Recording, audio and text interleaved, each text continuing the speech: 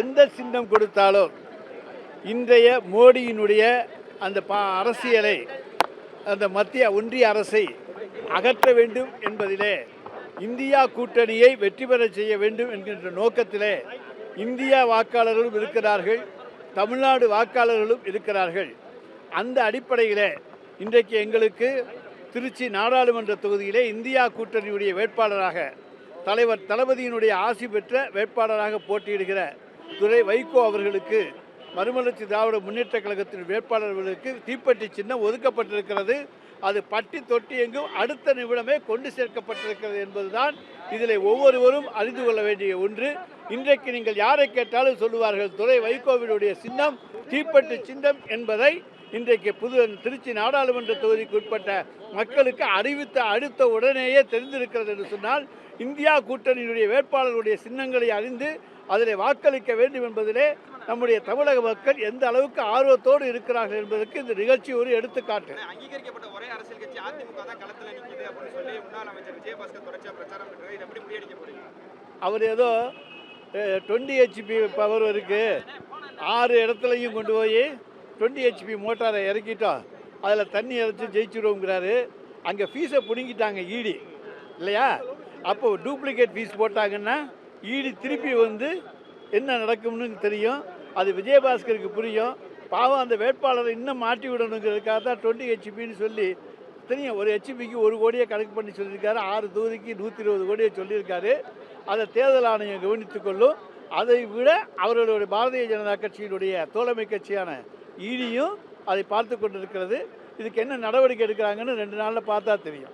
தேர்தலில் ஈடுபட்ட அண்ணாமலை வந்து இந்தி திணிப்பு போராட்டத்தை வந்து பிஞ்ச காலனின்னு சொல்லி கொச்சைப்படுத்தி பேசியிருக்காரு. என்ன இந்தி திணிப்பு? அதாவது 1980 வந்து பேசின இந்தி சமஸ்கிருதத்தை பற்றி இப்பயும் தூக்கிட்டு வராங்க, பிஞ்ச காலனியை வந்து தூக்கிட்டு வர மாதிரி தூக்கிட்டு வராங்கன்னு சொல்லி கொச்சைப்படுத்தி பேசியிருக்காரு. எப்படி? அதாவது அவருக்கு வந்து பிஞ்ச காலனி அவருக்கு தேவையில்லை. ஆனால் மக்கள் பிஞ்ச காலனியை தச்சு போட்டு கொள்ளக்கூடிய ஏழை எளிய மக்கள் இன்றைக்கு தமிழ்நாட்டில் இருக்கிறாங்க. காலனியை காசு கொடுத்து வாங்க முடியாதவர்கள் புதுசாக காலனியை அடிக்கடி வாங்க முடியாது.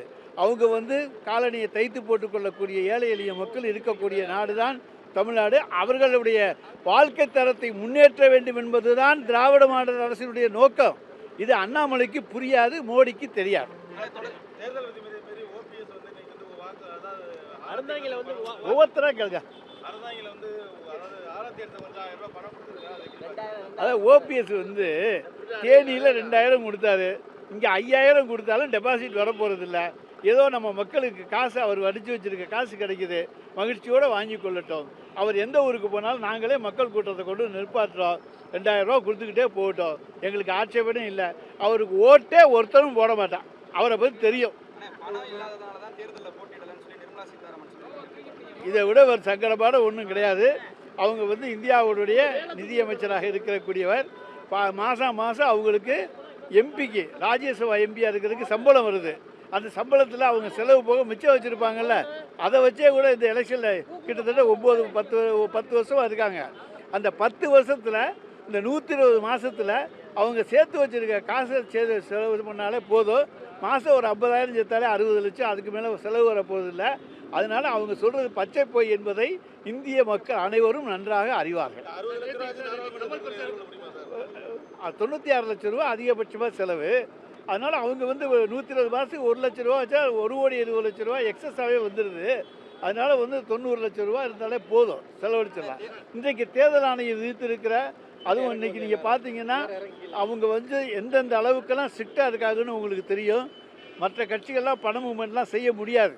நாங்கள் யாருக்கு போய் பணம் காசெல்லாம் கொடுக்க முடியாது, நாங்கள் கொடுக்கவும் மாட்டோம், கொடுக்க வேண்டிய அவசியம் கிடையாது. ஏன்னா எங்கள் வெற்றி உறுதி. ஆனால் வந்து ஓபிஎஸ் 2000 கொடுக்கலாம்.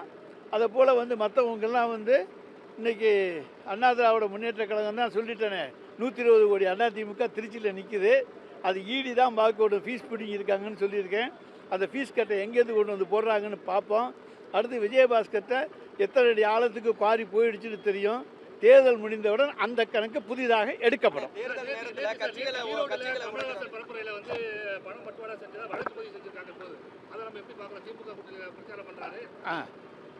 அதாவது நாங்கள் பணம் பட்டுவாடா யாருக்கும் பண்ணலை, அதுதான் எங்களால் சொல்ல முடியும்.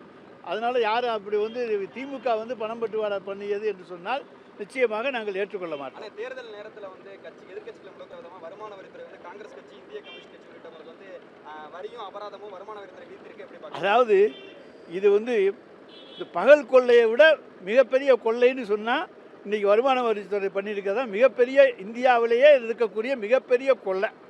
1800 கோடி ரூபாய் வந்து போட்டிருக்காங்க பாருங்கள். அதுதான் மிகப்பெரிய கொள்ளை. அதை மரியாதைக்குரிய ராகுல் காந்தி அவர்கள் நாங்கள் இந்தியா கூட்டணி ஆட்சிக்கு வந்த பிறகு எப்படி கணக்கு போட்டாய் என்று கணக்கு போட்டவர வருமான வரித்துறையிடமே கேட்டு நாங்கள் அது மீது நடவடிக்கை எடுப்போம் என்று சொல்லியிருக்கிறார்.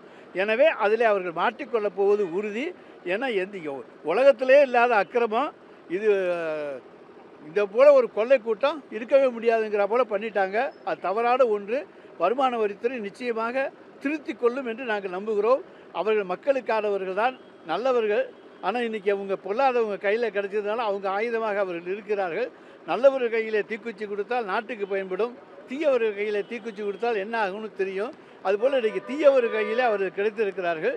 ஆனால் அதை நாங்கள் நல்லவர்களாக நாங்கள் வந்து ஆட்சிக்கு வந்த பிறகு அவர்களை நிச்சயமாக திருத்துவோம். அவர்களும் மனிதர்கள் தான். சார், முன்னாள் மத்திய அமைச்சர் ஏ ராஜா வாகனங்கள் முறையாக சோதனை போடலன்னு சொல்லி ஒரு தேர்தல் அலுவலர் சட்டத்தில் வந்து சஸ்பெண்ட் செய்யப்பட்டிருக்காங்க. அதை நம்ம எப்படி பார்க்கணும்? என்ன தேர்தல் அலுவலர் சஸ்பெண்ட் செய்யப்பட்டிருக்காங்க, தேர்தல் ஆணையத்தில் சஸ்பெண்ட் பண்ணியிருக்காங்க. அதை நம்ம எப்படி நாங்கள் தான் தேர்தல் ஆணையம் வந்து பாரதிய ஜனதா கட்சியினுடைய இன்னொரு கூட்டணி சொல்லிட்டோமே. இன்கம் டேக்ஸு, சிபிஐ, இடி, தேர்தல் ஆணையம் எல்லாம் கூட்டணி சேர்ந்தானே இங்கே நிற்கிறாங்க. பிஜேபிக்கு வேறு யாருங்க கூட்டணி தமிழ்நாட்டில்? அவங்க தான் நிற்பாங்க. என்ன வேணாலும் பண்ணட்டு. எல்லாம் ஜூன் 4ஆம் தேதி வரைக்கும் தான். அதுக்கப்புறம் எல்லாம் தவிடு பொடியாக அடித்து நொறுக்கப்படும். ஒன்றும் கவலைப்படாதீங்க.